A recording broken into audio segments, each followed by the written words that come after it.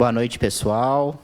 Queria agradecer a presença de todos nesse mais novo convênio da OAB Pouso Alegre, da OAB Jovem, dessa vez em parceria com o Cartório de Protesto de Pouso Alegre. Gostaria, primeiramente, de agradecer o Samuel, que é o nosso oficial aqui do cartório, a nossa presidente Grazi pela força, em mais um convênio assinado. Importante trazer esse conhecimento, essas informações para os jovens advogados, para os servidores e para toda a população. E por isso também é tão importante esse convênio em parceria com a Câmara Municipal de Pouso Alegre. Quero agradecer aqui a presença do nosso querido servidor Flávio, da Vanilda, que está representando o cartório de protesto de Pouso Alegre, e do nosso mestre, advogado aqui de Pouso Alegre, representando toda a nossa classe, o professor Luiz Tarcísio. Agradeço pela presença. Também gostaria de registrar a presença aqui da integrante da Comissão dos Jovens Advogados, a Bruna, e os demais colegas de profissão e também do cartório de protesto. Certo? Então, para darmos início ao nosso primeiro episódio do nosso convênio, eu passo a palavra agora para a nossa querida Vanilda. Boa noite a todos. Eu chamo Vanilda Faria, trabalho no cartório de protesto de Pouso Alegre como substituta. E, inicialmente, também eu queria agradecer à Câmara Municipal por ter nos proporcionado apresentar essa realização desse evento de interesse público, uma vez que a celeridade do processo ajuda muito no processo judicial, né? E também a seção da subseção de Pouso Alegre da OAB, principalmente a OAB Jovem, que está se esforçando para poder apresentar a facilidade que existe, a integração dos cartórios com a população de Pouso Alegre. Eu acho que é um trabalho bem legal mesmo. Agradeço também a todos que estão presentes aqui, né? Todos aqueles que se esforçaram para vir por causa da chuva, acaba atrapalhando todo mundo. Nós vamos conversar sobre a nova ferramenta que existe no Tribunal de Justiça, que seria o protesto júri.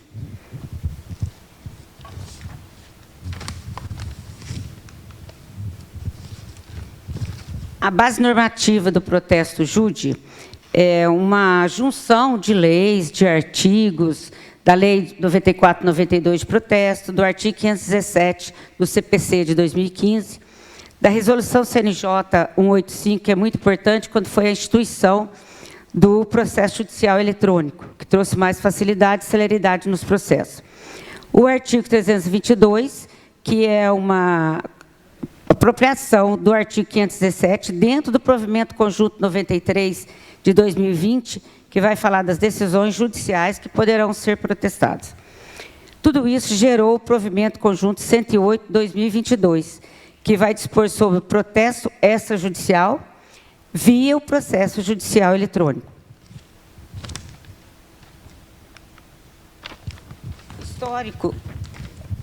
O histórico do protesto sentença judicial.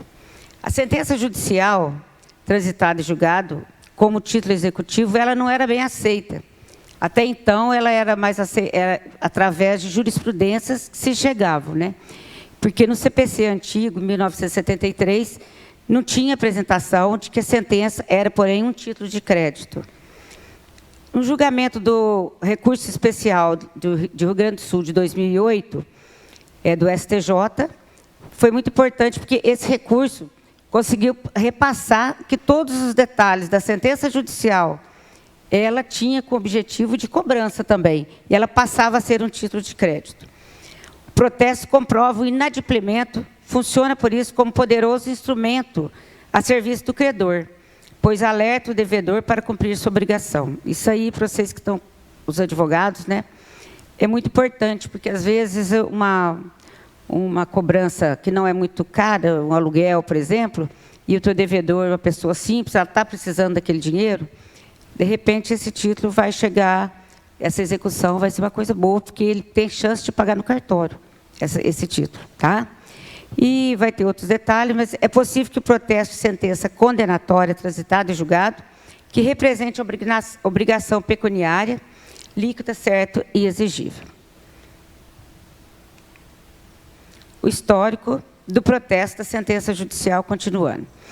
A possibilidade do protesto da sentença judicial se efetivou por meio do novo processo civil de 2015, através do artigo 517, tá?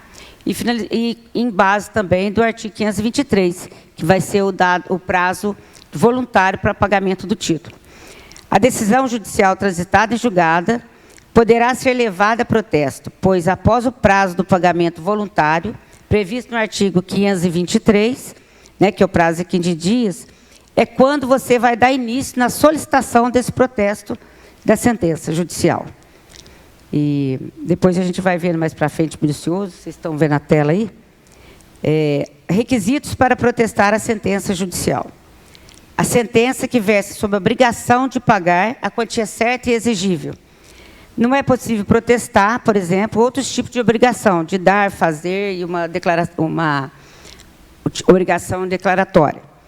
A sentença transitada e julgado, ou a decisão irrecorrível acerca de alimentos provisórios, que seria o caso da pensão, onde já se esgotou todo tipo de cobrança, né, inclusive, às vezes, a prisão, e, de repente, você protesta e o devedor, e o pai, ou alguém que é responsável, tem a obrigação, no caso, de pagar. Transcorrido o prazo do pagamento voluntário de 15 dias do artigo 523. Outros documentos que vão ser levados ao cartório. Preencher o requerimento para protesto, apresentar a decisão judicial que gerou o crédito, a certidão do trânsito julgado para fins do protesto, e uma planilha de cálculo atualizada, mais a dívida dos honorários advocatícios, caso o advogado queira, né? Então, ele vai declarar no requerimento sim ou não. Gente, dá licença que eu vou tirar isso.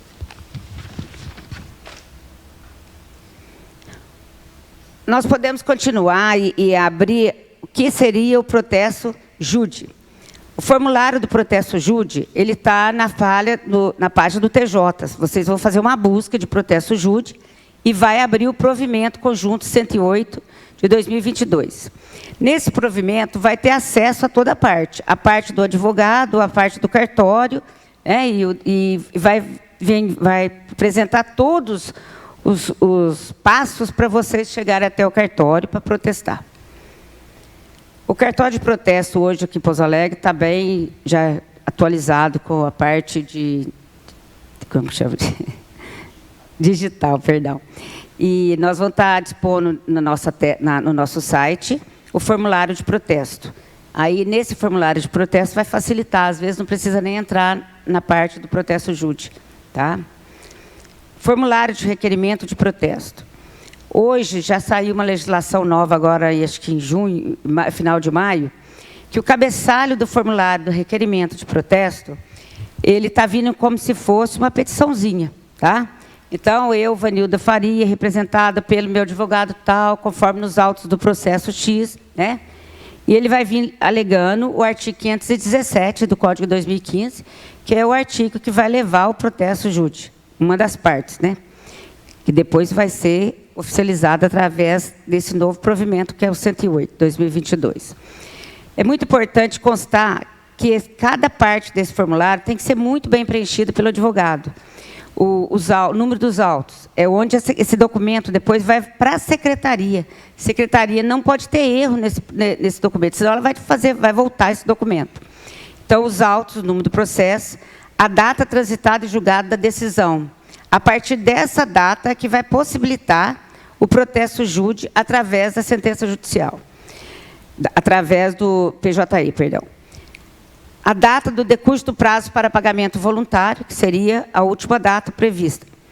Dados do credor, exequente, mas aí, no caso, também vai apresentar todos os dados do credor para facilitar o contato do cartório, né, após o pagamento, após a retirada, ou qualquer movimentação que vai ter dentro do cartório de protesto. Dados da conta bancária em nome do credor exequente para eventual depósito. Esses dados aqui, é importante o seguinte, se o título for pago, ele vai ser depositado na conta de quem foi colocado esses documentos, número, conta, agência, quem é o responsável por essa cobrança, normalmente do credor. Esse dinheiro não vai retornar para o processo, nem para a secretaria. Não vai ser um depósito judicial, tá? Então, é bom que se coloque direitinho, se provavelmente alguma procuração, para que uma das partes depois receba, né? dados do devedor. Gente, dados do devedor, a turma nova aí que está dentro da parte judicial, é muito importante para o cartório de protesto que a gente tenha os dados do devedor o mais correto possível, porque é onde a gente vai localizar o devedor para poder verificar se ele vai pagar ou não. Tá? Inclusive, hoje, com o provimento 93, já é hábil que o cartório localize o devedor através de telefonemas, através de WhatsApp, fica tudo documentado. Então, precisa do endereço completo, com CEP, CPF, a razão social. Se tiver mais de um devedor, tem que ser destacado. Devedor 1 vai ser a Vanilda, devedor 2 vai ser o Claré, por exemplo. E a discriminação da dívida, o valor da dívida, que vai inicial do processo e depois a dívida atualizada. Tá? E aí, nessa parte dessa planilha, depois a gente vai ver com mais detalhes. O valor da dívida, quando ele chega nesse procedimento que vai já voltar para a secretaria, ele já vai acrescido da multa, conforme o artigo 523. E daí vai ter também o valor de débito atualizado e a data da atualização, né, que vai estar direitinho. O advogado pode incluir nessa planilha que vai ser apresentada, se ele quer receber o honorário dele ou se ele não quer receber o honorário dele. Se ele quiser receber, já vai ser incluído no pagamento do cartório. Vai ser protestado, junto com o título, né, o pagamento do honorário do advogado. Aí, o valor a ser protestado, ele vai assinar, de preferência, assinatura digital, né? O modelo da planilha de cálculo, ela é disponibilizada no TJ do MG. O Sistema de Cálculo de Débitos Judiciais, que é CADEG. Tá? Isso aí vai ser, cada parte vai procurar fazer aquilo dentro do valor que vai ser atualizado. O modelo da planilha de cálculo. O exemplo da planilha gerada aí no Sistema de Cálculo de Débitos Judiciais da CADEG. Esse modelo de planilha, gente, ele vai ser juntado junto com aquele requerimento que vai para o cartório, que depois vai enviar através do TJ, do PJE. Você vai enviar para o PJE, do mesmo jeito que você vai enviar depois e receber os documentos. Né? É uma petição. Então, a petição vai vir na inicial daquele requerimento do cartório, daquele formulário. Depois você vai juntar a planilha, vai mandar para a secretaria, né? E a secretaria vai verificar se está certo. Isso aí eu já falei até adiantado aqui, mas está bom. A exemplo da certificação pela Secretaria Judicial. O modelo que a secretaria vai devolver para o cartório é muito interessante, porque ele é muito objetivo, ele é muito sucinto. Ele é muito sucinto, por quê? Ele já verificou todo, o processo já foi verificado, já tem o ID do número do processo, do saldo da dívida, do valor atualizado. Então, a secretaria vai repassar para o cartório esse documento. Seria essa decisão judicial, não precisa de despacho do juiz. A partir do momento que chegou na secretaria, a secretaria vai formalizar e vai devolver para o cartório de protesto. O fluxograma do protesto júdi, do PJE. O credor, ou através do advogado, vai apresentar o formulário de requerimento de protesto da dívida, mais os honorários, mais a planilha de cálculo atualizada de dívida. Esse documento ele vai ser mandado para a unidade judiciária, certificando que o formulário está preenchido devidamente, que o documento está devidamente, se não existe depósito judicial vinculado a esse processo. Se houver um depósito vinculado a esse processo, nesse caso, está errado. A secretaria pode devolver. Por quê? Porque existe uma caução desse processo. Então, a pessoa está esquecendo de mexer nesse dinheiro que está parado. Né? Não é mesmo? E, nesse caso, a unidade judiciária ela vai notificar o cartório, através do INDEC, juntando o formulário, a planilha de cálculo e essa decisão que a gente acabou de mostrar agora mesmo. O cartório vai ser, o protesto, isso é muito importante. Dentro do protesto júdi, o cartório, a secretaria que vai ser a praça, que vai protestar, perdão, gente, a intimação, no caso aí, que vai receber no cartório de protesto, o protesto vai ser na secretaria, a praça de pagamento. Então, o título é de Cambuí, a pessoa mora em Cambuí, mas esse processo está correndo em Pouso Alegre, a praça de pagamento vai ser em Pouso Alegre. Tá? O cartório também pode receber ainda, nesse período, a desistência de protesto do credor. De repente, houve um probleminha lá e o devedor acha que não deve. Aí o credor vai, né, entra em acordo, vai lá e pede a devolução. Também pode haver uma sustação judicial do devedor. Também. E pode haver o contraprotesto do devedor. Aí depois eu vou explicar mais minuciosamente. Nesse caso, o cartório comunica nos autos a quitação do título, se repassados os valores para o credor, a gente vai devolver só comunicando, porque o dinheiro já foi repassado através do depósito bancário, de PIX, conforme a indicação do formulário. Se for lavrado o protesto, a gente vai indicar a lavratura do protesto. Se for a desistência, também vai ficar por conta do cartório de protesto, a desistência e a sustação judicial. É bom saber aqui que a sustação judicial, se esse processo, protesto judicial, está correndo na segunda vara judicial, é lógico que a sustação provavelmente vai cair em outra secretaria. Então, o cartório de protesto tem que comunicar as duas secretarias, aonde está correndo o processo júdi, né, continuação, e também aonde foi sustado o protesto, certo? O fluxograma do protesto. A unidade judiciária ela vai encaminhar para o cartório o título do protesto, no caso, a documentação. O cartório vai analisar toda aquela documentação, o requerimento, o formulário preenchido certinho, a planilha de cálculo, mais a decisão judiciária. Nós vamos receber. O cartório vai gerar uma intimação com aviso de recebimento. O devedor vai receber essa intimação no endereço fornecido que o credor. Se fornecer errado, ele não vai receber, vai para o edital.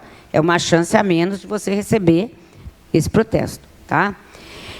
A partir do momento que o devedor recebeu essa intimação, ele tem 3 dias úteis para poder correr com o pagamento, ou a sustação, ou o pedido de devolução, e até o contraprotesto.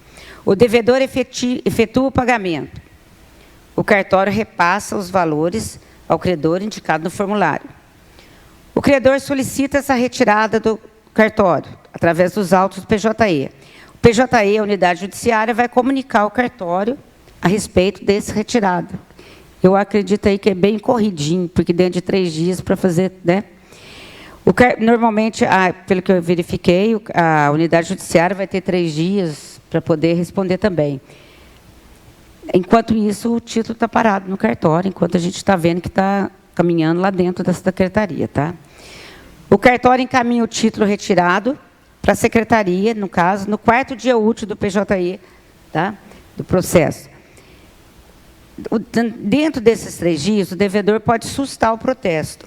A sustação judicial, ela tem que ser 3 dias, né, úteis, dentro do período dos 3 dias, e tem que ser meio corrido também. Por quê? Esse processo já foi transitado e julgado. Para a pessoa, às vezes, querer sustar, então o advogado da parte tem que ficar esperto, porque, às vezes, pode ser para segurar um prazo, né, também, né? O cartório susta o protesto, oficializa o juízo da sustação na vara de secretaria. E o cartório guarda o título da decisão final do juízo da sustação até que resolva a lide entre as partes, tá bom? Aí vai ver se vai ser a sustação definitiva ou se, no caso, não vai haver essa sustação, vai perder essa sustação, vai ser indeferida.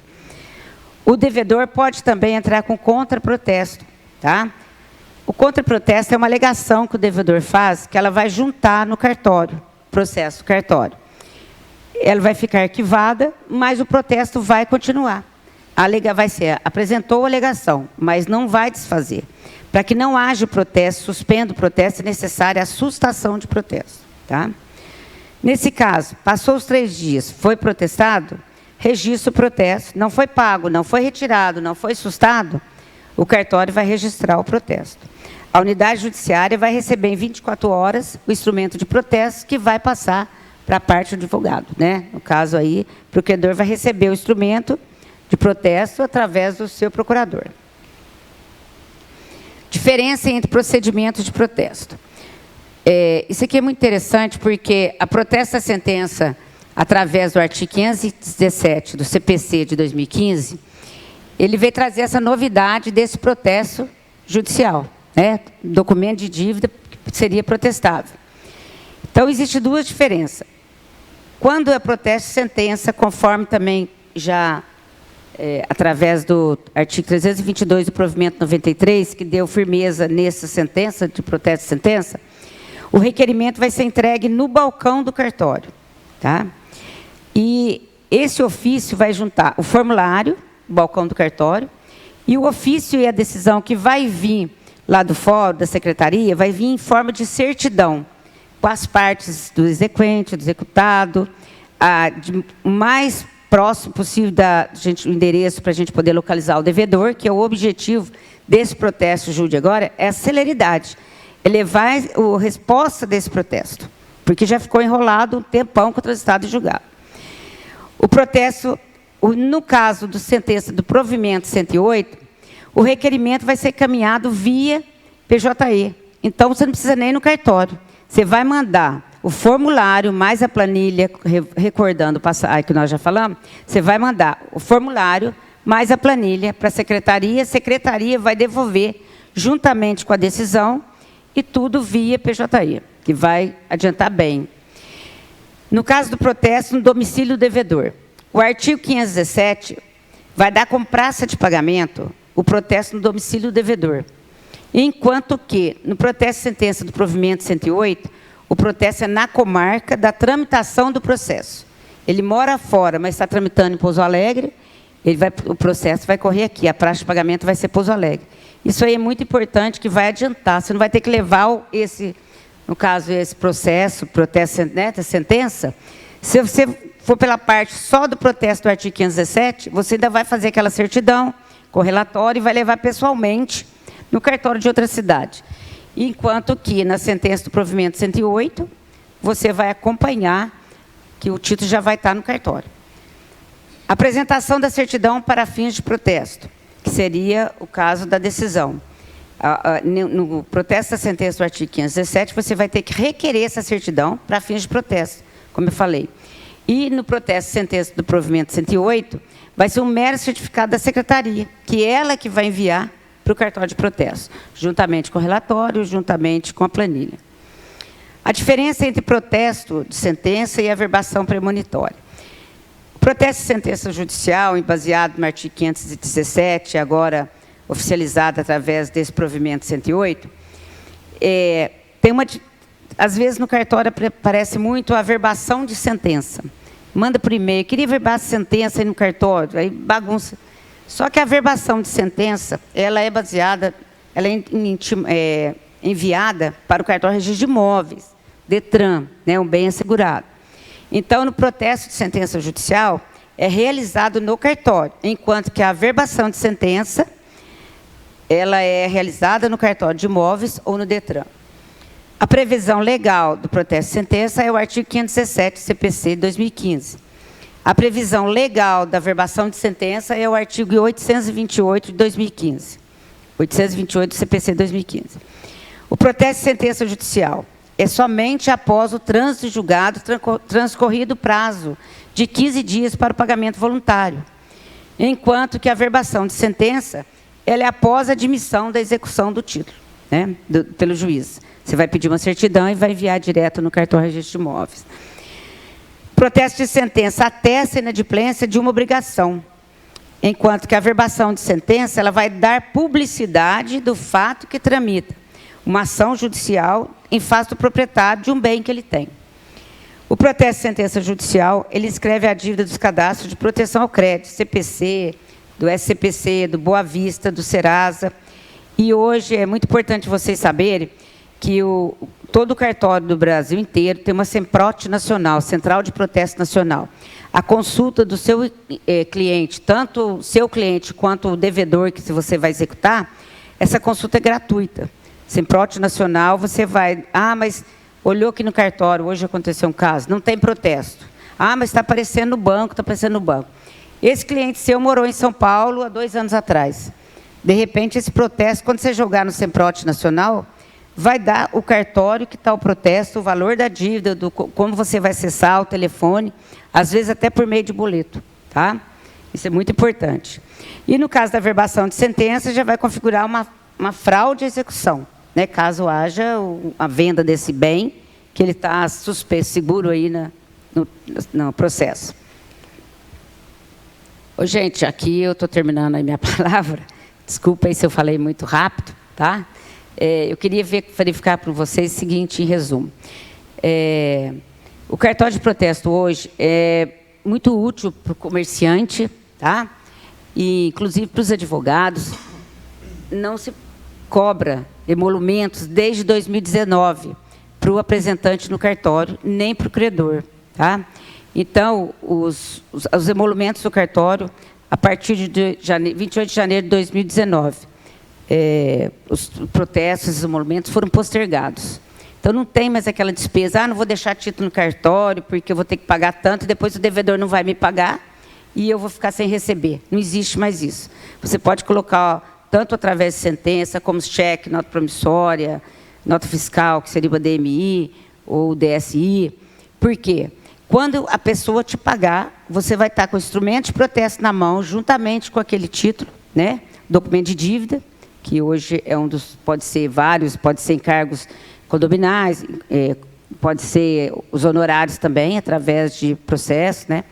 E petição e contratos. E você vai poder colocar no cartório de protesto sem precisar pagar os emolumentos, tá bom? E isso aí agiliza muito, por quê? Quando o credor seu, o devedor, que você está respeitando, você está tomando conta dessa dívida, né? O que vai acontecer? Ele vai poder ir direto no cartório e cancelar o protesto. A hora que ele for cancelar o protesto é quando ele vai pagar os emolumentos de cartório e, no caso, a taxa de cancelamento. Só aí, então, vai limpar o nome dele. E esse processo que a gente está vendo aí sobre o processo júdice, é muito importante vocês verem o seguinte, que para o devedor, o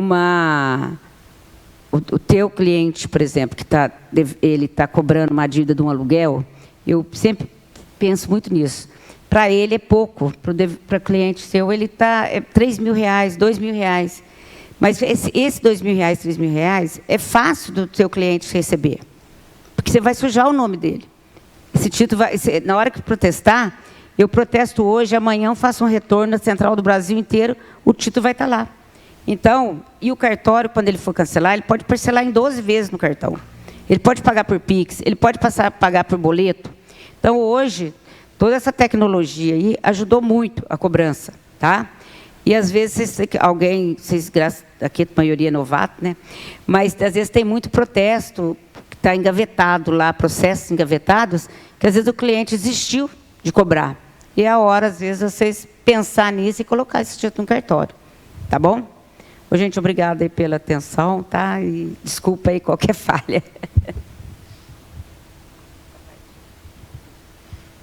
está disponível já o slide? Já.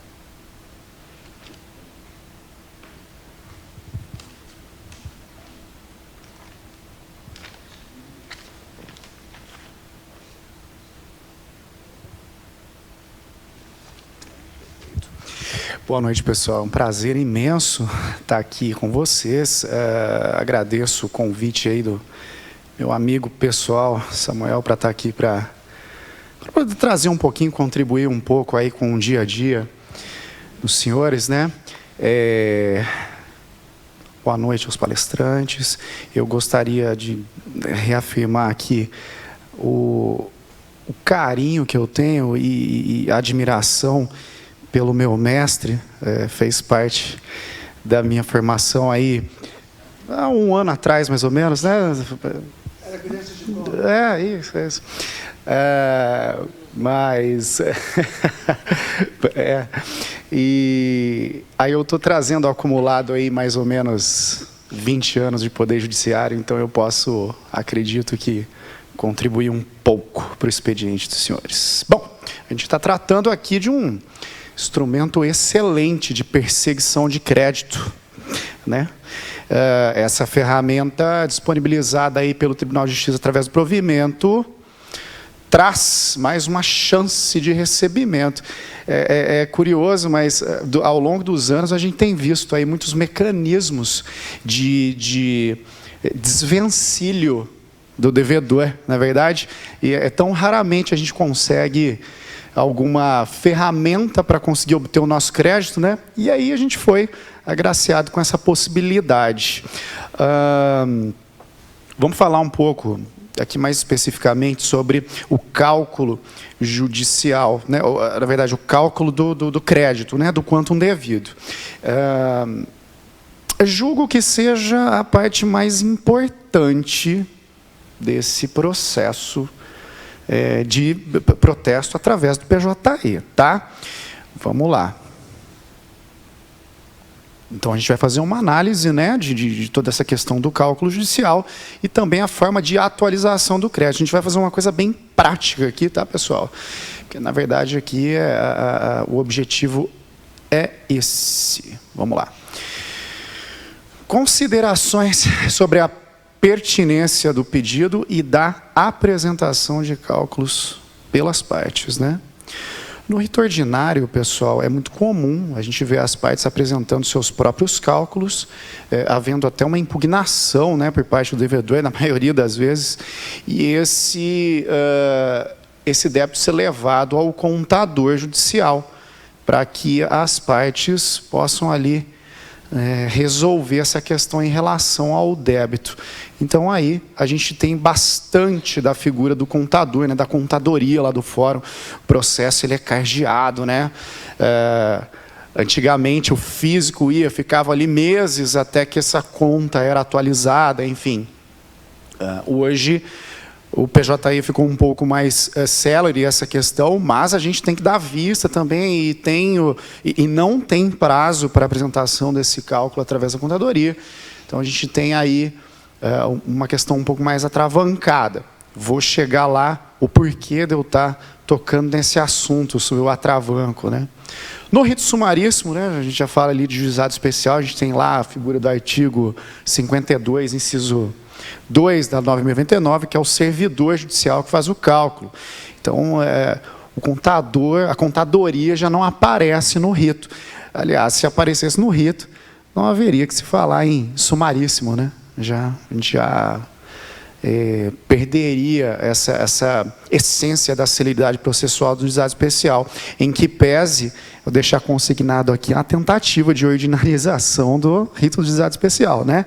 Dá a impressão que querem ordinarizar tudo ali, enfim, deixa essa discussão para um momento oportuno, né? A fonte do crédito judicial é o dispositivo da sentença, pessoal. Vocês vejam ali que essas 3 exclamações ali, elas não estão à toa. Agora eu explico o porquê dessa conversa inicial. Pessoal, a análise correta do dispositivo da sentença, a apresentação correta do cálculo, ela tem a ver com o princípio da celeridade processual.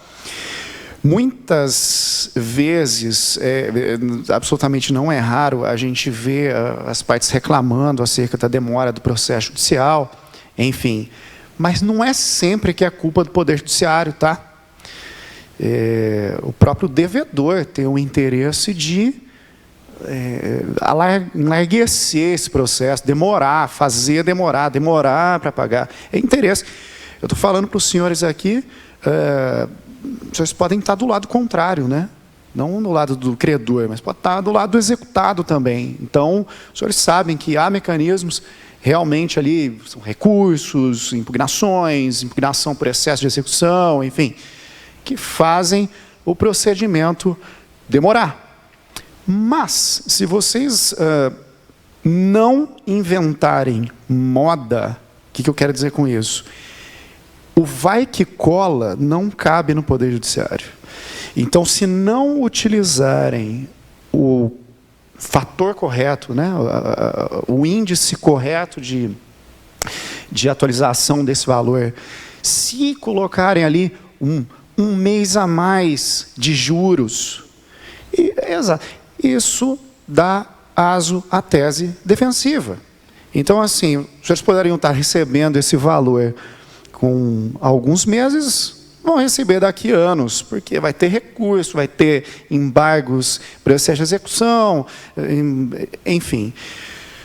o juiz e os servidores têm condição de já bater o olho naquele cálculo e falar assim, ó, aqui está respeitando as diretrizes. Então, dar boa aparência ao julgador sempre faz o processo de vocês correrem um pouco mais rápido. Fica aqui a dica, né? Mas o que seria importante, então, para que eu desse essa boa aparência ao magistrado, né, aos servidores, enfim, para que esse processo ele seja bem acolhido, seja bem corrido? A gente tem que atentar para o termo inicial da correção monetária e dos juros de mora. Pessoal, isso consta do dispositivo da sentença. Como eu disse, a fonte está lá. E se não tiver lá? Embargo de declaração, né, pessoal? Então tem que ficar atento, né? Fala assim, excelência, aqui, ó, está faltando fixar para mim o termo inicial da correção monetária, o termo inicial dos juros. Tá. Pode acontecer. Às vezes ali no dia a dia da lavratura da sentença, enfim, pode acontecer. Os senhores sabem a quantidade de processo que tem no dia a dia lá. Enfim, então, atenta para isso. O termo inicial da correção monetária e dos juros de mora. Atentar para a porcentagem de juros, a sua periodização e o índice determinado. Pessoal, no dispositivo da sentença também consta lá juros de mora de 1% ao mês, que é o mais usualmente ali utilizado para os débitos judiciais, né? Pode ser outro, então fiquem atentos, 0,5%, juros da caderneta de poupança, por exemplo, nas condenações da Fazenda Pública. Né, já muda, então tem que ficar atento. Se lá está 0,5%, por que vai colocar 1% no cálculo judicial? Vai que cola? Vai que ninguém vê? Pelo amor de Deus, isso daí vai arrumar a aso a tese defensiva, né? Você vai dar chance para o devedor esticar esse processo aí. A periodização, vai estar lá, 1% ao mês, por exemplo, né? Vai estar bem escrito lá. E o índice determinado? O índice determinado, ele se refere à correção monetária. Índice da Corregedoria Geral de Justiça, índice do IPCA, índice do IGPM. A gente teve aí algumas decisões que estão sendo reiteradas. Eu acho que até já é pacífico esse entendimento no Superior Tribunal de Justiça, que quando os senhores estiverem executando honorários advocatícios, especificamente o índice que incide ao IGPM, né, o STJ tem dado reiteradas decisões nesse sentido. Então, fiquem atentos, porque às vezes um índice é mais importante que o outro, a correção fica um pouco maior, um pouco menor. Então, o pessoal está mexendo com dinheiro. O dinheiro é importante para todo mundo, tanto para o exequente quanto para o executado. Então, fiquem atentos em relação ao índice, tá? Para não, desculpem o termo, comer bola, né? Aí você acaba acaba deixando de entregar para o cliente dos senhores o que é devido, né? Lá no mais puro conceito de justiça, né? Bom, vamos ao primeiro exemplo prático, então, né? Porque às vezes a gente fica falando aqui, as coisas ficam meio nevoadas na cabeça, os senhores tentando imaginar como é que funciona o esquema. Vamos pegar um dispositivo simples de sentença aqui. Acompanhem comigo. Abre aspas, né? Diante o exposto e por tudo mais que dos autos consta, julgo procedente o pedido autoral para condenar o réu ao pagamento do valor de R$3.000 em favor da parte autora, valor que deverá ser corrigido segundo os índices divulgados pela Corregedoria Geral de Justiça. Já vou fazer uma pausa aqui. Pessoal, isso aqui é o que mais se tem nos processos judiciais. Dificilmente um juiz vai fixar outro índice que não seja da Corregedoria Geral de Justiça.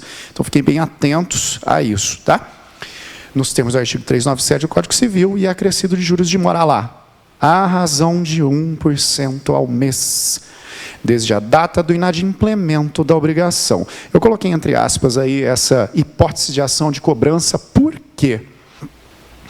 Para quem já tem um pouco mais de prática, olha um dispositivo assim, já sabe que é uma ação de cobrança, porque ali ficou fixado que a correção monetária é nos termos do 397, que os juros de mora em razão de 1% ao mês é na data do inadimplemento da obrigação, porque a gente sabe que está lá, né? Quando a obrigação tem um termo certo, tem uma data, olha só, eu tenho que pagar para a Vanilda aqui no dia 31 de março a quantia de R$1.000. Então, eu tenho ali o termo certo, né? Onde minha obrigação está certa ali. Então, nessa hipótese, aí essas correções são a partir do inadimplemento da obrigação. Então, pessoal, imaginem, cliente de vocês, uma empresa do comércio, aí, do varejo, tem vários e vários cheques lá, arquivados no cofre, muito dinheiro parado. Ele chega no escritório, olha, doutor, eu quero executar essa quantia aqui, eu quero cobrar essa quantia. No caso, é cobrança aqui, tá? Não é execução, não. Cobrança é porque teve que ter o processo de conhecimento. Ou seja, reconhecer que a pessoa é devedora. Então, a gente está imaginando um título que já perdeu a sua executividade, tá? Chega, doutor, estou aqui, estou com esse valor e tal, eu preciso cobrar, etc. Não, pois não, vamos cobrar lá. E aí, passa-se todo o processo é julgado procedente, pedido, vai lá e condena. Geralmente, esses títulos já têm uma data antiga, até porque eles já prescreveram para uma ação executiva, mas não para de cobrança ainda. Os senhores vão me perder aí, vamos imaginar, uns 24% de correção, uns 2 anos de correção, mais ou menos. Não dá para deixar esse dinheiro de fora. Não dá para deixar de entregar para o cliente dos senhores essa quantia, ter ficado tanto tempo sem receber o valor, né? Então, vamos ficar bem atento a esses termos, né? Como eu falei ali nos slides anteriores, esses termos de juros, termo inicial dos juros, termo inicial da correção monetária. Fiquem atentos para isso, carinho muito grande para essa parte. Como que seria o cálculo disso aqui, então? Então, a gente pegaria ali os R$3.000, certo? E a gente multiplicaria pelo índice relativo ao mês do inadimplemento. Nesse exemplo, tá? O índice relativo ao mês do inadimplemento.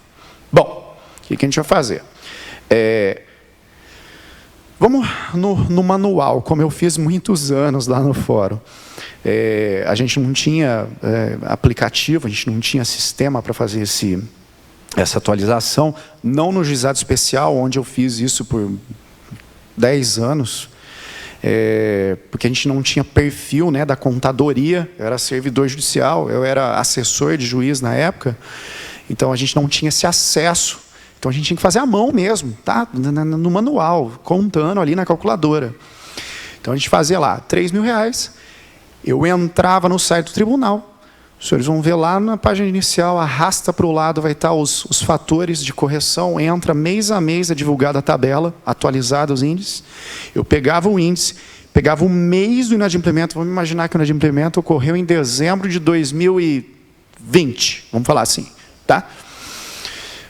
Pega a tabela, vai lá em dezembro de 2020, vai ter lá 1,0687, enfim, hipoteticamente, tá? Pega os 3.000, multiplica por isso, vai achar um valor atualizado. Essa é a atualização, essa é a correção monetária. Ou seja, R$3.000 da época vale 3.000 hoje. E isso que faz uma correção do valor real da moeda. Isso que significa. Feita essa atualização monetária, aí sim você vai somar o 1% do valor ao mês. Então, vamos imaginar aí que a correção monetária deu 3.100. Então, a cada mês, eu coloco R$31, R$31, sem juros compostos, tá? Isso não é banco, não é instituição financeira. Juros simples. Olha a história do vai que cola, tá?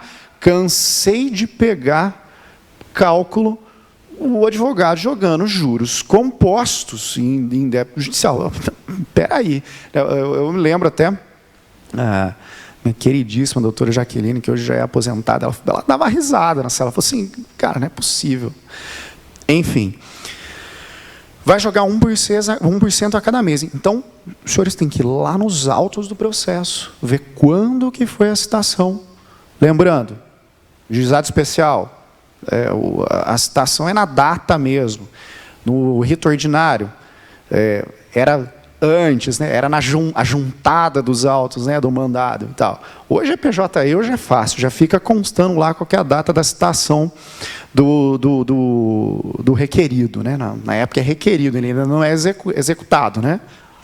Então vocês vão pegar lá, vamos supor que foi em março de 2021, vamos imaginar. Então vai ter abril, maio, junho, vamos contar quantos meses vai dar uma porcentagem, porque é 1%. Vamos imaginar que da citação até hoje foram 20 meses. Então você adiciona 20%, não multiplica. Certo? Então de 3.100 seria aí R$620. É bom de conta, né? Acho que é isso mesmo. R$620. Então, aí nós já temos o valor atualizado, né? Correção monetária e juros. Acredito que tenha ficado claro, né? São contas simples, mas que não permitem erros. Um erro aqui ou um abuso aqui vai dar ensejo a mais tempo processual, né? E o que a gente quer é receber o crédito, né? Nós trabalhamos para isso, senhores. A gente não pode deixar que essa visão escorregue dos nossos olhos, né? Eis o segundo exemplo. Abre aspas. Exposit, só o pessoal gastando um latim aqui. Acolho a pretensão inicial julgando procedente o pedido e condeno o réu a indenizar o autor na quantia de R$ 1.300, devendo o valor ser corrigido, segundo os índices divulgados pela Corregedoria Geral de Justiça. Olha aqui de novo. Corregedoria Geral de Justiça. E acrescido de juros de mora nos termos das súmulas 362 e 54 STJ. Essa é uma hipótese de ação indenizatória. Não estou falando de ação de cobrança. Ou seja, muda-se aqui os termos iniciais das correções que devem ser feitas. Súmula 362, ela se refere, salvo engano, à correção monetária em processos em que são julgados indenizações por danos morais. É isso mesmo. E aí a correção monetária ela vai incidir a partir da data da publicação da sentença. E o artigo 54, a súmula 54 da STJ se refere à indenização por danos extracontratuais. Senhores, exemplo de dano extracontratual é uma batida de carro na rua, né? Eu não tenho um contrato contigo, eu vou lá, pá, bato no seu carro, eu vou ter uma obrigação de indenizar que não constava de um contrato. Então, assim, olha como é importante. Aqui, que eu me lembro bem, pessoal, eu estou falando desse jeito porque hoje eu estou trabalhando em vara criminal, tá? Então, assim, mudou bastante o negócio. Já foi possível, já fui para a direção do foro, que foi quando eu te conhecia, né? Depois eu fui para a vara criminal. Então, assim, eu sou muito grato por ter a experiência aí em toda a casa, né? Vamos falar assim.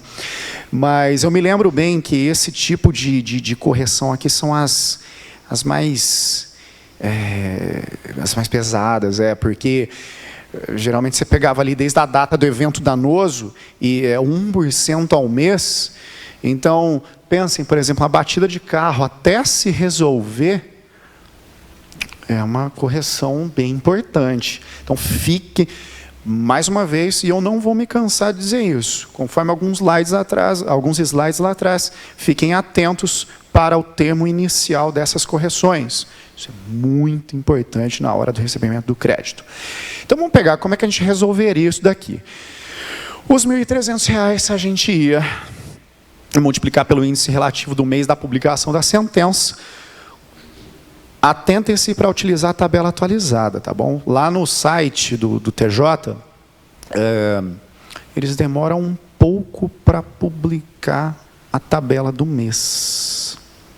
Então, por exemplo, a gente vai entrar em julho, no 1º de julho não tem ainda a tabela atualizada. Vai ficar ali mais ou menos uns 10 dias para poder aparecer, tá bom? Então, se não tiver, vai ter que usar do mês anterior. Não inventem índice no negócio, ok? Use no mês anterior e tá ok, tá beleza. A publicação da sentença e após somar 1% ao mês do valor desde a data do evento danoso. Verificar nos autos. Vai ter lá um boletim de ocorrência, né? Se eu utilize o exemplo aqui da batida de carro, né? Ou da ofensa no Facebook. Pega lá a publicação, tá lá a data, tá fácil. Facebook, Instagram, ou TikTok, ou sei lá, onde seja lá a sua indenização. Da onde advém a sua indenização aí, né? Então, sempre, senhores, sempre diligentes com o processo. Diligentes e objetivos. Isso é muito importante. Vou confessar aqui conversas de gabinete, tá? Quando a gente pega processo com contestação muito grande, a gente olha assim, a gente usa esse jargão assim, quanto maior a peça, menor razão. Então, vamos tentar mudar esse cenário aí, para a gente contribuir para a celeridade processual, né? Pessoal, é geral isso que eu estou dizendo, tá? Tem contestações que precisam ser grandes, que não tem jeito. Mas a gente sabe quando tem que ser e quando não tem que ser, tá? Podem ter certeza disso. Lá é muito difícil os senhores conseguirem aí o vai que cola, né? Já disse isso. Como ficam as eventuais multas e honorários sucumbenciais? Aqui importa muito, né? Depois de fazer o cálculo todo, a gente achou lá a correção monetária, os juros, certinho. São aí que são aplicadas as porcentagens, né, de multas do 523, parágrafo 1º, lá do CPC, né, que já é aí imediatamente antes do protesto, né, do pedido do protesto, porque ali ele já teve os 15 dias. 15 dias, 10 dias? 15 dias. Os 15 dias para pagamento voluntário, né, de implemento voluntário da obrigação. Então, ali já vai ter aqueles 10% sobre, né, e também dos honorários, não só do débito, mas também dos honorários. Os senhores não ficam de fora aí dessa multa automática, não, tá? Sempre vai analisar o que foi fixado na sentença, decisão ou acórdão. Tá. Vamos pegar novamente o exemplo do rito sumaríssimo. E acontece demais. Advogado apresentando cálculo com honorários de sucumbência. Senhores, não há honorários sucumbenciais no juizado especial. Artigo 55 da lei. Tá? Não há. Bateu lá, pode esperar que vai vir embargos à execução. Pode esperar que vai atravancar o processo. Então, não tem, em primeira instância, caso haja algum recurso inominado, o acórdão pode fixar ali de 10% a 20% de honorários sucumbenciais. Tá bem? Cuidado com justiça gratuita também, né? Que eles costumam lá isentar desses honorários sucumbenciais às vezes. E tal. Então, fiquem atentos ao que foi fixado de honorários sucumbenciais. Muito importante. Né? Não só honorários sucumbenciais, às vezes uma condenação a litigância de má-fé entra aqui. 1% do valor da causa, 2% do valor da causa. Aí vamos supor, os senhores estão aí nas mãos uma causa de 500 mil reais, R$1 milhão. Pega essa multa de 1% aí do valor da causa. Não é isso? É garantido aí a ceia de Natal, né? Então, ó. Decidam sobre a pertinência de separar o cálculo do quantum devido no cálculo dos honorários. Aí, vide o provimento conjunto 108. Exato. Lá, na hora que os senhores forem pedir o protesto, né, através do PJE, lá, né, do JUDE, separem ali os honorários advocatícios. Não deixem de colocar no protesto esses honorários advocatícios. Não faz sentido deixá-los de fora disso. Então, sempre decidam sobre a pertinência. Agora, vamos lá. Qual aplicativo de cálculo utilizar? Pessoal, nós temos lá o oficial, né, do Tribunal de Justiça, que já foi aqui apresentado aos senhores, mas devo confessar que há problemas nele. Há tipos de cálculos que a gente não consegue fazer nele ainda. E sim, levamos isso ao conhecimento da corregedoria. Teve há pouco tempo atrás, acho que há 2 meses atrás, vieram os juízes de praticamente todas as comarcas do sul de Minas, veio o Corregedor-Geral de Justiça aqui no fórum, veio todo mundo, e isso foi levado ao conhecimento deles, e eles estão trabalhando para melhorar esse aplicativo do Tribunal de Justiça. Mas nós sabemos que existem outros aplicativos, né? E se não quiserem usar aplicativo, também não usa nenhum. Vai na mão, como eu fiz por muitos anos, eu até me sinto mais seguro de fazer isso, até porque fica a dica aqui, ó. Confiram sempre os índices, se eles estão corretos. Às vezes a gente utiliza um aplicativo, ele não está correto. Não está correto, seja no valor em si, ou seja na própria atualização. Às vezes ele está desatualizado, e aí os senhores vão levar prejuízo, né? Então ali tem uma explicação sobre onde achar, né, os índices da Corregedoria Geral de Justiça, que é onde eu mais usei. Lá no site do tribunal tem a aba lá em cima, é só você arrastar para o lado, vai ter lá os fatores de atualização, você clica, já vai aparecer a tabela. Tabela do mês de maio, tabela do mês de junho, vem atualizando, né? Mês a mês. Exemplo de cálculo complicado aqui, mas deve ter... É importante a gente ter uma atenção muito grande. Vamos pegar processo de relação consumerista. Repetição de indébito. Nas repetições de débito, artigo 42, parágrafo único do CDC, valores que são cobrados indevidamente do consumidor, quando pagos também indevidamente, eles devem ser devolvidos em dobro pelo fornecedor. É isso? É isso, né, doutor? A correção monetária é a partir de cada desembolso. Então, assim, peguem uma sentença que condena, vamos imaginar aí uma empresa de internet local, dizendo que houve cobrança indevida em cada fatura de internet. Ali é uma fração da fatura. Cobrava 99, mas na verdade era 69. Então a gente tem ali aqueles R$30 que devem ser devolvidos em dobro. E ali os senhores têm que ter a diligência de olhar cada recibo de pagamento, cada débito em conta, na sua data, e ir atualizando. É um índice diferente do outro. Então, assim, não que seja complicado, é trabalhoso. Mas este trabalho poupa tempo. Futuro. O crédito vem antes. Evitam-se embargos e aquela história toda, enfim. E esses cálculos já são complicadíssimos de fazer no programa do Tribunal de Justiça. Ele já não te dá muita escolha ali.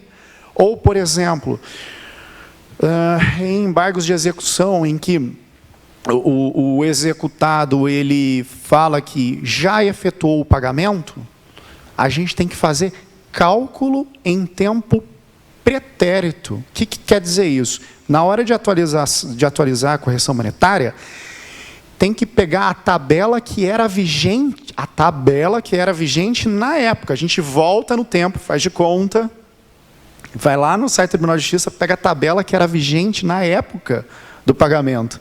Já é um índice completamente diferente. Ali verifica se há algum saldo remanescente ou não para continuar a execução. Então, assim, esse tipo de coisa complica muito nesses aplicativos. Dificilmente eles vão te dar essa possibilidade de fazer cálculo pretérito assim. Então, tem que ser na mão mesmo. Tem que ser lá no MOOC, né? E conforme vão fazendo, vão pegando o jeito, o negócio vai ficando mais fácil, vai ficando mais rápido. Isso eu posso garantir aos senhores. Bom,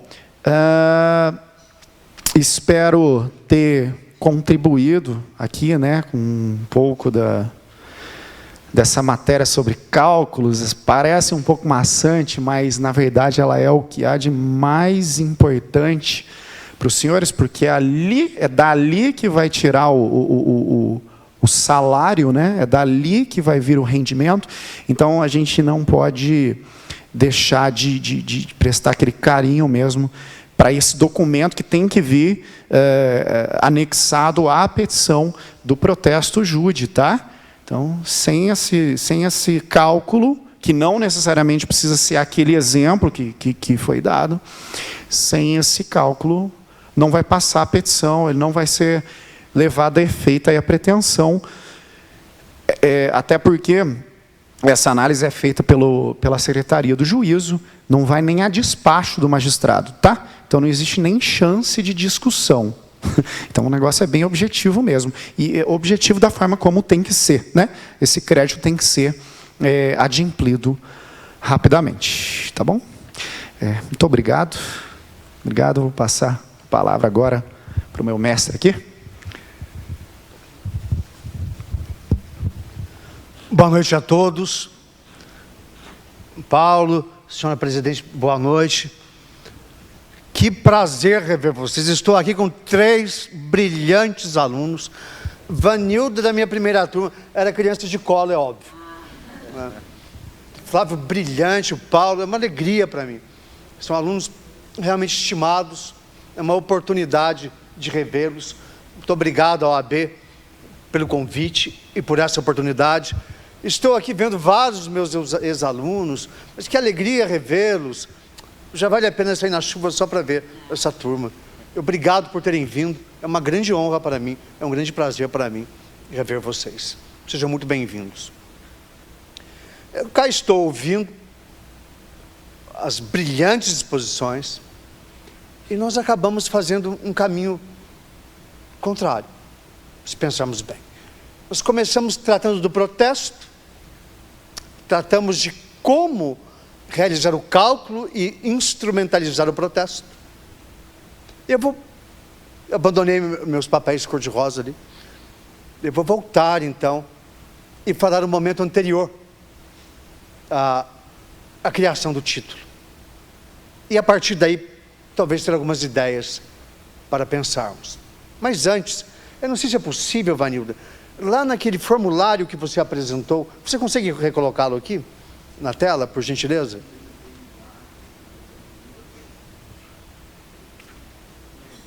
Apenas uma ideia.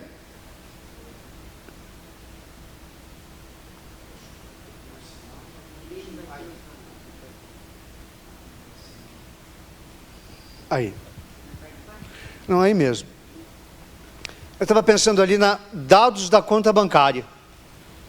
Em princípio, a conta do vencedor da ação, a conta do autor, que obteve êxito em sua pretensão. O Flávio bem lembrou que é possível e devemos fazer isso, incluir os honorários.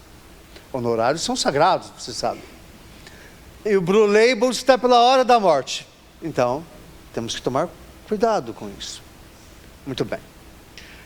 Apenas para pensarmos, eu vejo que essa conta pode ser do advogado.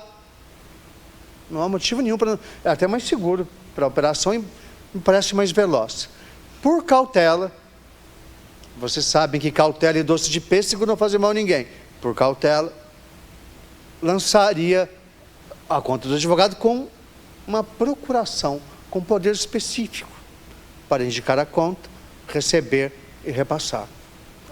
Para evitar questionamento, depois o Conselho de Ética vai ficar tumultuado lá. Mas é uma ideia que me parece mais eficaz do que, sobretudo, separarmos os créditos. Isso é uma tragédia. E isso está bem resolvido desde o Código de 73. Eu posso executar os dois juntos, então eu posso protestar os dois juntos. E só mais uma coisa, antes de regressar a outras ideias. Vanilda falou em sustação do protesto. E eu pensei aqui, na verdade, é realmente uma sustação de protesto, mas na verdade, será uma tutela provisória incidental. Então, ela há de ser proposta, apresentada, lá nos autos da ação que deu origem ao protesto. Aí nós ganhamos tempo. Se nós pensarmos distribuir, vai dar errado. Ele vai acabar lá mesmo. Porque, na verdade, se pensem bem, é um incidente. É apenas uma tutela incidental. Tratemos como tal. Um pedido liminar. Suste o protesto. Problema? Lembrando que pedido liminar, em português, significa um pedido imediato, uma decisão imediata. É odioso quando fala, eu entrei com uma liminar. Isso é bobagem, ninguém entra com liminar. É um pedido de decisão imediata. Pronto. A decisão é impedir o protesto. Há um problema que Vanilda levantou aqui, que é o tempo. 3 dias para impedir um protesto é extremamente complicado. Então, como sugestão, para pensarmos, me parece que seria conveniente, lá no texto da tal tutela provisória, apresentar um pedido subsidiário, que caso a decisão ocorra depois de efetivado o protesto, que sejam suspensos os seus efeitos. E não apenas impedir, talvez não dê tempo. Talvez seja impossível que isso ocorra em 3 dias. Aqui tem funcionado bem. Mas se você tentar isso em São Paulo, não se preocupem, vai dar errado. Não se preocupar se vai dar certo ou não, vai dar errado mesmo. Dá tempo. Com muita sorte, uns 6 meses, de tudo correr bem. Se tiver enchente em algum lugar, aí complicou. Mas tomemos isso como parâmetro. O pedido para sustar protesto deve estar acompanhado de um pedido subsidiário para suspender seus efeitos caso tenha ocorrido. Provavelmente terá ocorrido. Ainda sobre essa tutela provisória, para pensarmos, lembrem-se que por ser tutela provisória, eu preciso apresentar, além do fundamento técnico, a probabilidade do direito, por que estou buscando esta sustação? Por quê? Qual a falha que existe aqui? Além disso, eu tenho que demonstrar um elemento de risco. Probabilidade e risco se apresentam aqui como inseparáveis. Então, eu preciso apresentar uma linha de argumentação demonstrando que este protesto me causará dano e que este dano é injusto diante de tal fundamento, de tal probabilidade. Isso tem que aparecer. Ele nunca vai ser automático a situação, pelo contrário. O que o judiciário quer, o que o Flávio quer é eficácia. Mais do que nós, ele quer ficar livre daquilo. Mais ainda, é função do Estado. A preocupação do Estado em eficácia é uma preocupação de existência. O Estado só consegue estar em pé, e só consegue estar em pé se houver consenso. A credibilidade da jurisdição é a credibilidade da soberania do Estado. Desde Roma que se diz isso, desde Roma que se preocupa em que as decisões sejam eficazes. Não por razões morais e cívicas. Lamento romper imagens idílicas. Por necessidade de existência. Por credibilidade. O Estado é prático. Se ele pudesse virar as costas e dar bola para ninguém, ele faria. Mas ele precisa da credibilidade para existir. Pensem lá, eu adoro falar isso, lá no meio da Gália, que hoje nós chamamos de França, um centurião sozinho na aldeia. Era o Estado de Roma, e ele sozinho resolvia o que fosse necessário, enquanto Roma teve credibilidade. Quando acabou, um exército de bárbaros, né, despreparados, desorganizados, indisciplinados, massacrou o império. O que massacrou o império de verdade foi a falta de credibilidade e legitimidade de suas instituições. E quando pensamos em eficácia da decisão, nesses meios todos para torná-la eficaz, o que nós pensamos é, vamos manter o Estado em pé. A palavra Estado tem essa origem. Estado, esse ST que há na palavra Estado, na origem, significa estar em pé, é o que permanece. A primeira vocação dele é permanecer. É para isso que ele serve. Ele quer viver, como tudo. Muito bem. Mas que ideia é essa de fazer protesto? Para que fazer isso? Eu quero voltar um pouquinho, antes de tratar do processo, para lembrar que esta ideia é tão antiga como a ideia de crédito, como a ideia do dever, da obrigação a ser cumprida.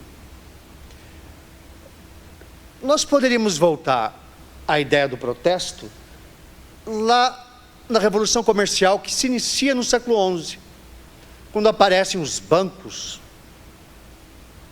os títulos de crédito, a letra de câmbio, ela foi criada, claro, com a ideia de câmbio, mas para simular a cobrança de juros. Os juros eram veementemente atacados pela Igreja Católica, que era hegemônica naquele momento. Haviam tratados contra a usura, Santo Agostinho, São Tomás de Aquino, Santo Anselmo, tratados importantes contra a usura. Séculos depois, o Max Weber vem falar que a mudança de mentalidade, a retirada dos católicos com a preocupação com a justiça do preço, o preço justo, eles diziam, e com a cobrança de juros, que achavam indecente, foi essencial para o espírito do capitalismo. Então, não faz mal cobrarmos além da conta, é um novo espírito que vai surgir alguns séculos depois. Mas é outra história. Essa é outra história, que vou poupá-los hoje. Bom, mas por que esse protesto? Para tornar pública a inadimplência. Quando usamos a expressão fulano está quebrado, é desse período. Que as feiras, que eram centro do comércio nacional, eram feiras. Essas feiras que nós temos por aí são vestígios históricos, são remanescentes. A feira de Borda da Mata tem uma festa, eu não lembro que mês do ano, quando é mesmo? Tem uma festa, que eu esqueci quando é, que tem barraquinhas de toda parte. Aquilo é uma tradição medieval. O comércio internacional. Todos chegavam para negociar naquele local. E quem fosse protestado, quebrou. O criador ia lá e arrebentava a banca, literalmente. Está quebrado. A banca ia para o chão, literalmente. A lei de quebra. A lei de falência. Sai daí. E para que serve o protesto? Tornar pública a inadimplência. Gerar dúvida contra aquele devedor. Nós estamos imaginando um mundo com grandes distâncias, um negócio de Milão a Marsella, era um negócio demorado e arriscado. A credibilidade era a moeda forte. E hoje não é assim? A credibilidade não é o que há de importante para o negócio? Flávio disse quanto aos advogados, credibilidade é moeda forte. É isso que vendemos, credibilidade. O cuidado com o texto, o cuidado com o jogo. Estamos indo junto com ele.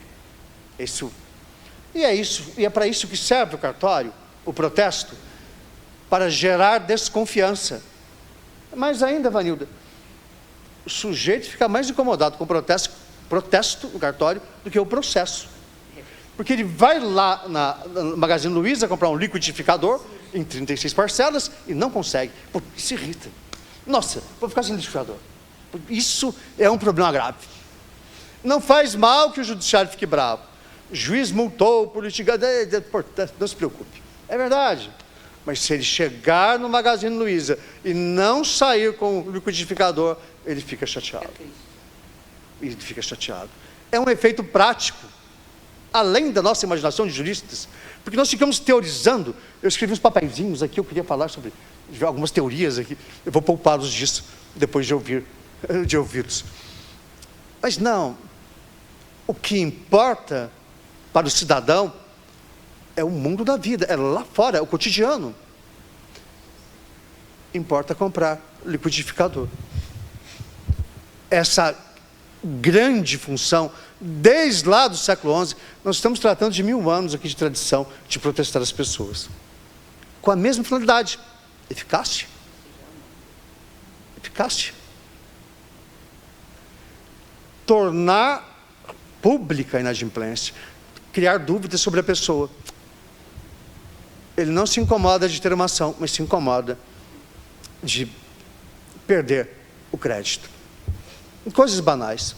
Os grandes devedores, eu não diria tanto, porque eles já estão acostumados mesmo. O devedor contumaz, o litigante contumaz, é um outro cálculo que se faz, tudo é diferente. Não é?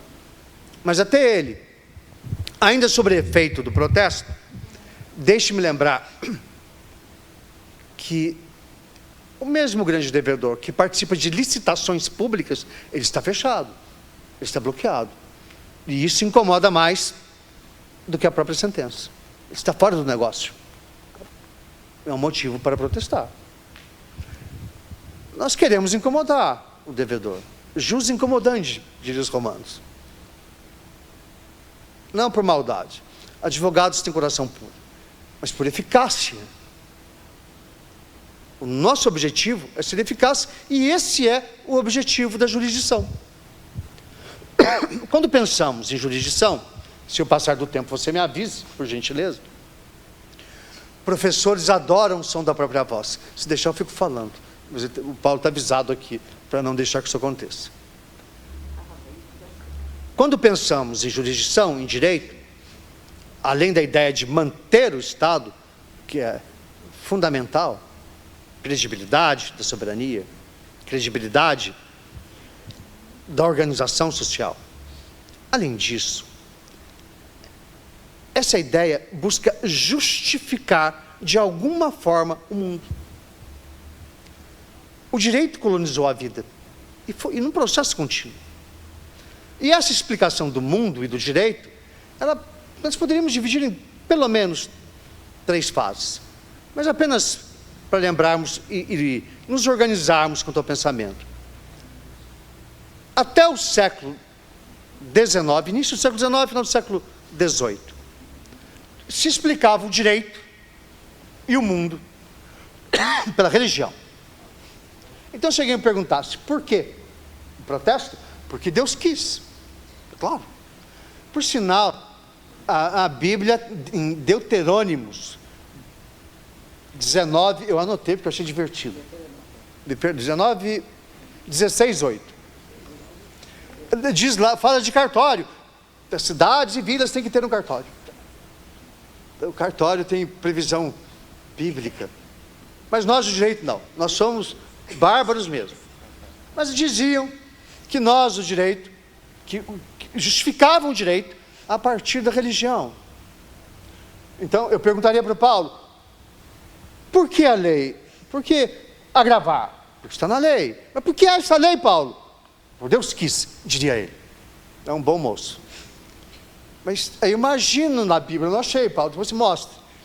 Agravar em 15 dias. É muito improvável. Apelar em 15 dias. É muito improvável que seja uma vontade divina que isso ocorra. Até porque em nem toda parte existem os mesmos recursos. Lá na Justiça do Trabalho tem agravo. No juizado especial, nem pensar. Então seria uma vontade de Deus muito limitada, né, ao processo comum. Mas o mundo era explicado assim, o direito era explicado assim. O direito explica o mundo. O direito coloniza o mundo. Atividade de poder. Século XIX, final do século XVIII, XIX, há algo de novo no mundo. Um novo modo de produção, que transforma o direito, claro que transforma. E por conta desse modo de produção, e não por razões espirituais, não por vontade de Deus, é que surgem todos os institutos que estudamos hoje. É o iluminismo. Dando racionalidade a um modo de produção capitalista. Sujeito de direito é invenção nossa, deste mundo do século XIX. Não se falava isso. Aquilo que os romanos chamavam de facultas agentes é outro assunto. E nós aprendemos no primeiro ano que é uma sequência, não é mentira, é emocional, mas não é verdade. O facultas agente, na verdade, era um estamento, era um poder, não era faculdade. Tinha faculdade de agir certo cidadão, não todo mundo. A ideia de sujeito de direito é essencial para pulverizar o mercado, essencial para o sistema. E é novo, é do século XIX. Um dia desse na história, eu estava no colegial, um dia desse, faz pouco tempo. Mas o que há de comum? Antes de continuar nisso, depois, a partir do século XIX, eu tenho outras teorias que debatem o porquê do direito. A mais importante para nós aqui, Kelsen, o direito como norma. É preciso ler Kelsen, nós temos mentira que nós temos, mas muita gente tem um preconceito muito grande contra ele, para em norma positiva. Nós precisamos pensar um pouco mais sobre o texto dele. Kelsen dizia que o direito é a norma. A norma, não criada por Deus, criada pelo homem, em circunstâncias históricas. Parar de botar a culpa em Deus, umas normas bárbaras. Não, foi Deus, Deus não tem nada com isso. Você que fez. Essa cultura, esse tipo de gente fez esse tipo de norma. E temos, pouco depois, até em contraponto a Kelsen, nós temos lá o Carl Schmitt. Com todo o horror que ele representa, ele está muito ligado aos nazistas, com toda a barbárie que ele representa, o mal que ele representa, mas a teoria do direito dele é importante para pensar nela.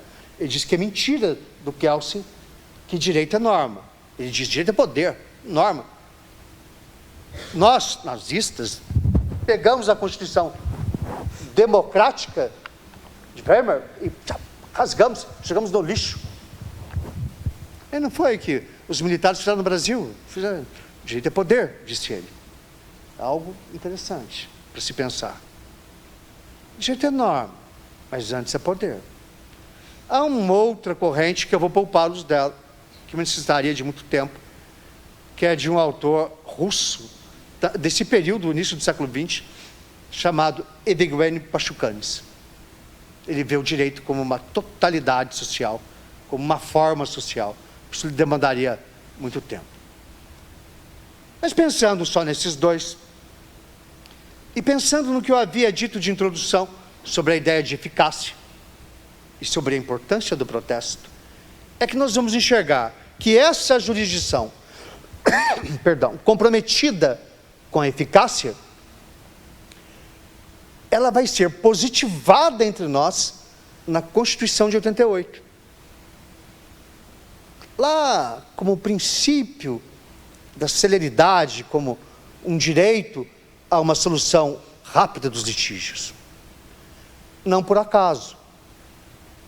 Eu estou enxergando um mundo em que economicamente é necessário velocidade de produção. É um mundo nosso. Não é apenas porque nós advogados queremos receber honorários, que é justo. Mas porque este é o mundo que vivemos. É claro que essa celeridade não pode atropelar o devido processo legal, que é uma questão de segurança. Segurança para nós, quanto o Estado. Nós desconfiamos do Estado. Claro, porque ele é poder, ele é perigoso. Eu tive uma audiência uma vez, com o Dr. Paulo Angélico, gostava muito dele. Lembram dele? Gostava muito dele. Eu adorava conversar com ele. O Lorde. Ele fazia piada, ele ria, gente bem-humorado. Gente inteligente é bem-humorado, é legal, ele é legal. Paulo Angélico é bacana. Mas enfim, eu estava na audiência com o Paulo Angélico, eu falava, blá, blá, blá. Aí o advogado da parte contrária, que eu não lembro quem é, tomara que não seja aqui, eu realmente não sei quem é. Faz muito tempo isso. O advogado disse, o senhor está querendo influenciar o juiz? Eu falei, claro que eu quero, é para isso que eu vim. É claro, é a nossa função histórica, defender interesse. É isso que fazemos. E defender interesse é dar eficácia ao interesse. E isso como uma função, como um escopo da jurisdição. Não sei se lembram lá do primeiro ano de direito, faz tempo, éramos jovens ainda, nossa, No meu caso, na era paleozoica. Lá no primeiro ano de Direito, nós aprendemos que o escopo do Estado é educar.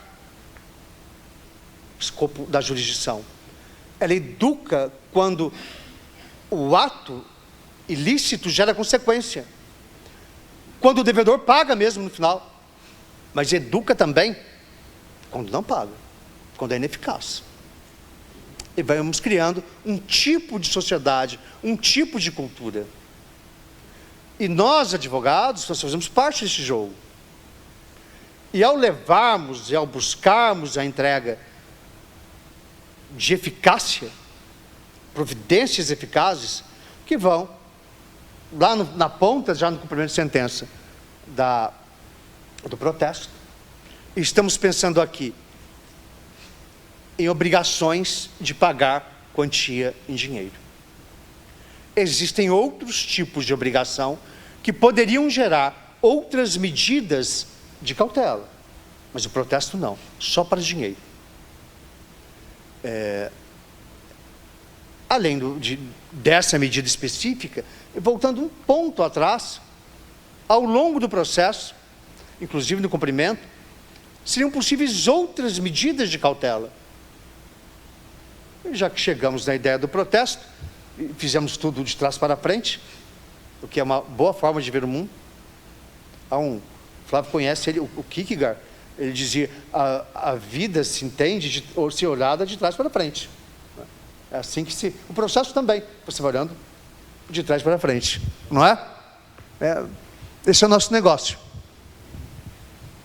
Existencialista. Mas, enfim. Søren Kierkegaard é um autor dinamarquês do século XX. Hoje pouca gente lê essa pessoa, mas é um autor caro para a minha geração. As pessoas gostavam dele e do Sartre, que é influenciado por ele. Mas voltando aqui. Tudo isso para dizer que ao longo do processo, em qualquer momento, é possível tomar providências técnicas de segurança. E essas providências são tomadas a título de tutelas provisórias, que podem ter caráter cautelar ou de antecipação de tutela. De caráter cautelar, como a sustação de protesto, significa qualquer medida que for capaz de impedir o dano. Qualquer medida técnica que o juiz puder inventar que seja capaz de impedir o dano. Eu não vou resistir a isso, como diria Buzz Lightyear, ao infinito e além. O que for possível inventar. É o chamado poder geral de cautela. Essas medidas de cautela têm a mesma função do protesto que estamos tomando aqui. A função é garantir a eficácia da jurisdição.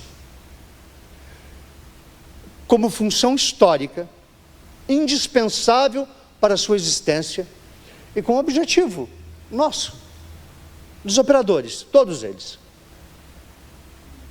Advogado, o juiz, o Ministério Público.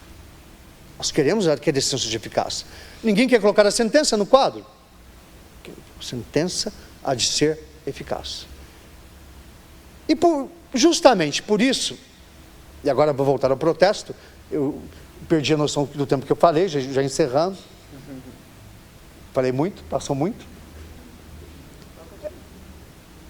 Eu quero lembrar uma vantagem desse protesto, para pensarmos também. Para vocês pensarem também, Ivanildo. Eu quero lembrar que essa decisão transitada em julgado, objeto do protesto, ela pode ser objeto de ação rescisória. Lembra da rescisória? E a rescisória, com dificuldade, mas eu acabei de conseguir uma decisão liminar dessa no Tribunal de São Paulo. A rescisória, ainda que dificilmente, poderá suspender os efeitos da coisa julgada, a sentença. Suspende a execução. Suspenda. Mas suspender a execução não significa impedir o protesto. É diferente. Suspender a execução significa eu não vou penhorar e pracear bens. Se foi penhorado, continua penhorado. Suspendo onde está. Mas o protesto não é isso. O protesto é tornar pública a decisão. Não há nenhuma inverdade nele. O protesto vai incomodar mais do que a sentença. Pensem nisso. Numa hipótese de ação rescisória. Ação rescisória, se tudo correr muito bem, vai levar uns 5 anos. Se houver um recurso especial, mais 5. Talvez 10 anos encerre. Não mais que 15. 20, não mais que isso. Mas nesse meio tempo eu tenho lá o meu protesto. O protesto não estará suspenso. Pensem bem. Ele não é execução. Ele é tornar público a existência da sentença que não estará desconstituída. Quando é que vou desconstituir a sentença? No trânsito em julgado da ação rescisória. Daqui a 10 anos. Não mais que 20. Eu espero ter ajudado em alguma coisa. É um prazer falar com vocês. Falar com as minhas crianças aqui. Brilhantes, queridos alunos. Falar a vocês que vieram nos ver. Muito obrigado por terem vindo. Espero que tenha sido útil. Eu imaginei um discurso, joguei ele fora, ali no cantinho.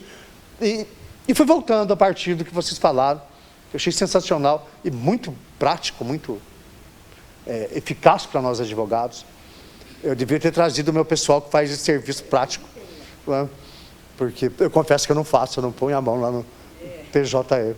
Porque é uma vergonha. Eu não sei fazer aquilo. Mas é vantagem da idade também. Alguém sempre faz. Sempre chega pronto lá. Então, eu vou devolver a palavra, então, ao Paulo. Com o meu agradecimento a todos vocês que vieram. Muito obrigado por terem vindo. Um agradecimento ao AB, senhora presidente, pela oportunidade. Ao AB Jovem, que conduziu essa nossa reunião. Muito obrigado a todos. Pessoal, antes de abrirmos para os 10 minutos disponíveis à pergunta, eu gostaria de requerer umas palmas aos nossos palestrantes aqui da noite.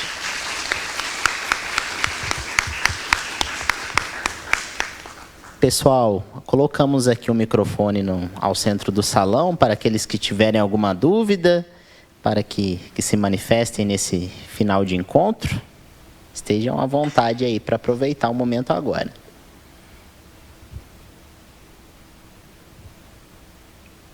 Sem dúvidas?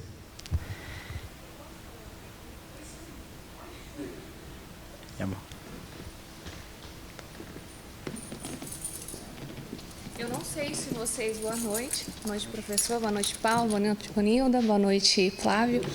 Eu não sei se vocês responderam, mas quem tem legitimidade para receber a notificação do protesto? Por exemplo, o devedor mudou. Alguém que recebeu esse protesto, ele é válido? A notificação, no caso, a intimação, se for pessoal, né? Uhum. É válido, sim, tá? Qualquer um que estiver... O provimento 93 de 2020 vai falar, eu não estou lembrada agora o artigo certinho, mas vai falar que é válido. A não ser quando é um protesto falimentar, que normalmente indica quem vai receber a intimação, tá? E se caso algum outro funcionário receber a intimação, tem que estar documentado, certo? Quando não indicar, quando o credor vai fazer um protesto falimentar, ele vai indicar naquele relatório, daquele requerimento que vai para o cartório, intime-se na pessoa de tal pessoa. Uhum. Ele não intimou, ele não indicou qual pessoa, aí vai intimar, no caso de uma firma, vai receber um secretário, um funcionário. No protesto comum, normalmente está indicado, por exemplo, eu moro na rua Eduardo Souza Gouveia. Chegou lá na minha casa, eu não estou trabalhando o dia inteiro, o que está acontecendo com a maioria das pessoas. A gente não está conseguindo, às vezes, localizar, porque a maioria trabalha o dia inteiro, né? E tem um empregado, tem meu marido, vai aceitar. Aí ele vai passar para mim, para isso, tem os 3 dias para você responder se você deve, se você não deve, se você vai comunicar ao teu credor, se vai retirar ou se não vai retirar esse título do cartório. E se você dever, você tem que pagar dentro do período. Mas se a pessoa mudou? Então, aí, no caso da pessoa mudou, vai para o edital. Por isso que eu estou falando que dentro do protesto, esse protesto que nós estamos falando aqui, esse protesto júri, é importante que o advogado que está representando o seu credor, que ele localize o endereço desse devedor, entendeu? Porque quanto mais objetivo, se ele tiver um telefone, um e-mail, hoje o provimento 93 já aceita essa comunicação. Se não, vai para o edital. Né? O edital ele é eletrônico no site do SEMPROT, né? E na porta do cartório, porque aqui em Pouso Alegre não existe um jornal diário. E ele vai ficar sabendo quando, que isso acontece muito no cartório, quando ele vai na Magazine Luiza comprar o liquidificador. Então, vai ser quando ele vai chegar, nossa, mas eu tenho um protesto, não fui notificado. Então, vamos pegar aqui a prefeitura. O protesto da prefeitura. Faz não sei quantos anos que não atualiza os endereços lá, os cadastros da prefeitura. É um grande problema. Porque, às vezes, hoje ele vai lá, mas eu não moro mais nesse endereço, eu já construí, já vendi esse imóvel, mas o protesto está no nome da pessoa que está na rua X, ele comprou o imóvel que está na parte de baixo da CDA e ele passou a morar naquele imóvel da CDA, da parte de baixo, onde está a localização do imóvel. E em cima é quem vai ser intimado. Então, a importância é quem for colocar esse título no cartório, o documento de dívida ou o cheque, é verificar o endereço. Ah, mas não é esse endereço? Então põe lá. Novo endereço para intimação. Novo endereço para notificação. Então, se a pessoa não recebeu aquele edital, se a pessoa mudou, aí tem que ser por edital, não pode.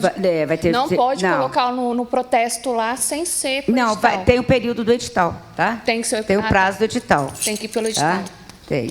Tá, João, então. Muito obrigada. Nada, as ordens, qualquer. Só lembrar uma coisa. Deixa-me lembrar só de uma questão técnica. Que, no Código de 73, durante a vigência daquele código, houve um grande debate sobre essas intimações pessoais. E a jurisprudência do STJ afirmou posição que hoje, já admitida no nosso novo código, que cabe à parte informar mudanças de endereço, sob pena daquele endereço indicado ser considerado como válida a intimação. Então, essa matéria, que era muito grave, muito importante no Código 73, está superada. Já a posição firme do STJ, o próprio Código Novo, que cabe à parte indicar o endereço ou será válido a intimação para o endereço que for indicado. Talvez nem fosse o caso de protesto por conta disso, do edital. Mas é que o cartório tem um outro regramento, onde houver norma específica, eu preciso olhar a norma específica, e lá vocês precisam do edital. Mas aqui no processo civil, nem isso não seria necessário. O endereço é aquele dos autos, caberia à parte corrigi-lo. Quem sabe com a prática maior desse... A gente sabe que o direito é dinâmico, né? Então, quem sabe com a prática maior desses protestos, né, através do JUDE, do PJE, o cartório começa a ter para si esse regramento sobre a eficácia das intimações que restarem infrutíferas aí por mudança do devedor sem notícia, né? Isso demanda prática. Se começar a ter reiterados casos, muito possivelmente aí a gente vai ter uma mudança. Exatamente. Vou adicionar uma coisa aqui. Os senhores sabem o que fazer no caso do processo ser segredo de justiça? Dentro do PJE, porque para fazer o protesto pelo PJE, alguns documentos precisam ser apresentados, e um desses documentos aí se refere à sentença. E se o processo é em segredo de justiça, os senhores não vão ter acesso a isso, mas tem que apresentar. Então, o que acontece? Requeram ali para o escrivão da vara uma ementa, uma certidão acerca da sentença, que aí vai estar suprido esse documento, tá? Então, fica aí a dica. Aproveitando, até alimentos provisórios poderiam ser protestados. Sim. Imagina a pressão... Perdão. Até alimentos provisórios poderiam estar nesse encaminhamento de protesto. Imagina a pressão para o devedor de alimentos. Aquele devedor de palavra diz que não paga e não paga mesmo. E você protesta. Pronto. Alimentos. Isso vai ter uma eficácia. Acho que vai ficar uma... O alimento, eu falei no começo aqui, deve ter passado batido, mais rápido.